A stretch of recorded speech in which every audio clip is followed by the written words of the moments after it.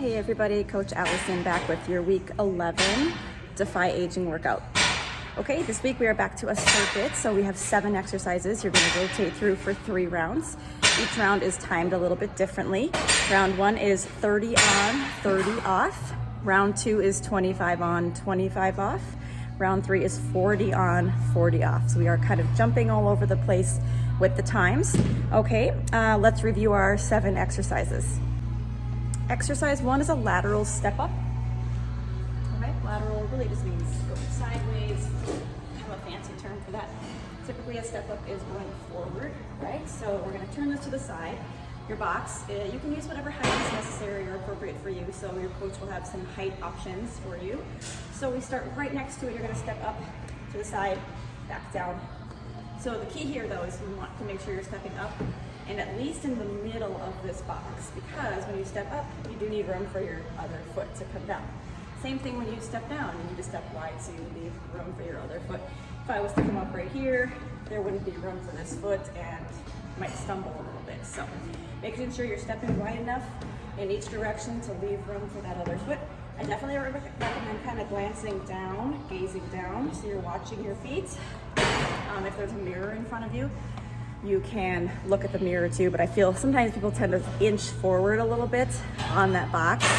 I prefer to look down at my feet, whatever works best for you. Halfway through the set, you will turn around and do the other leg.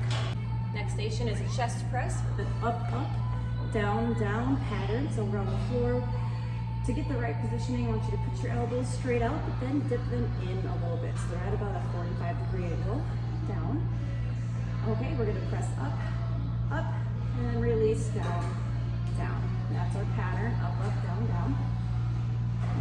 Watch out for that second arm coming down. So as you release the first arm, sometimes watch my other arm here. Sometimes that second arm wants to kind of start to sink down. So be really cognizant of that second arm. Try to keep it staying up nice and tall and straight until that first arm fully comes down to the floor. Halfway through this set, I want you to start pressing up with the other arm first. So you just simply switch the arm that's leading. Now when you put your weights down, I want you to put them down like this. It's going to be the safest on your shoulders. And for anybody staying off the floor, your coaches are going to bring some benches into the space, so you can do this on either a flat bench or even an incline bench. So that way you're able to lay flat or on an incline. So you're staying off the floor, but you're still able to do this exact same movement with the dumbbells, only on a bench instead of the floor. Next station is the tank push. The facility I'm at doesn't have a tank, so your coaches will review this with you in the session. All right, we've got our TRX back row, which many of you know very well. That is this contraption. All right, you're going to recline back. Let your body come back. Keep your body straight though. We don't want to let the hips fall back. And we row up. So you're pulling your body up towards your hands, squeeze your shoulder blades together, and release back. It's very important you don't shrug your shoulders. We also want to make sure that we stop before we create any slack in the TRX. So let me turn this a little more so you see the TRX more. So I'm going to stop my body right here. See there's still tension as opposed to this. So we're not kind of flinging ourselves up, letting that slack, creating that slack. So keep that tension, squeeze the shoulder blades together, and that's our TRX back row.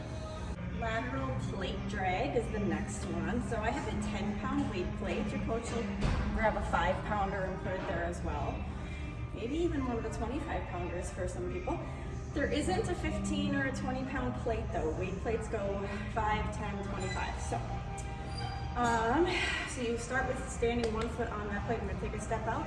Now I'm going to use the strength of my hips and my inner thighs to drag this weight and bring it along this way with me. Okay? That's really interesting. I'm going to start the other way so we can get a good idea of this. We're going to be using some new muscles, some different muscles. Okay? If it gets a little sticky on the turf, I'm on a wood floor here that I thought would get a little sticky, so what I did was place a plate on a slider. So if it gets a little sticky on the turf, I think that would work great on the turf to add a little slipperiness.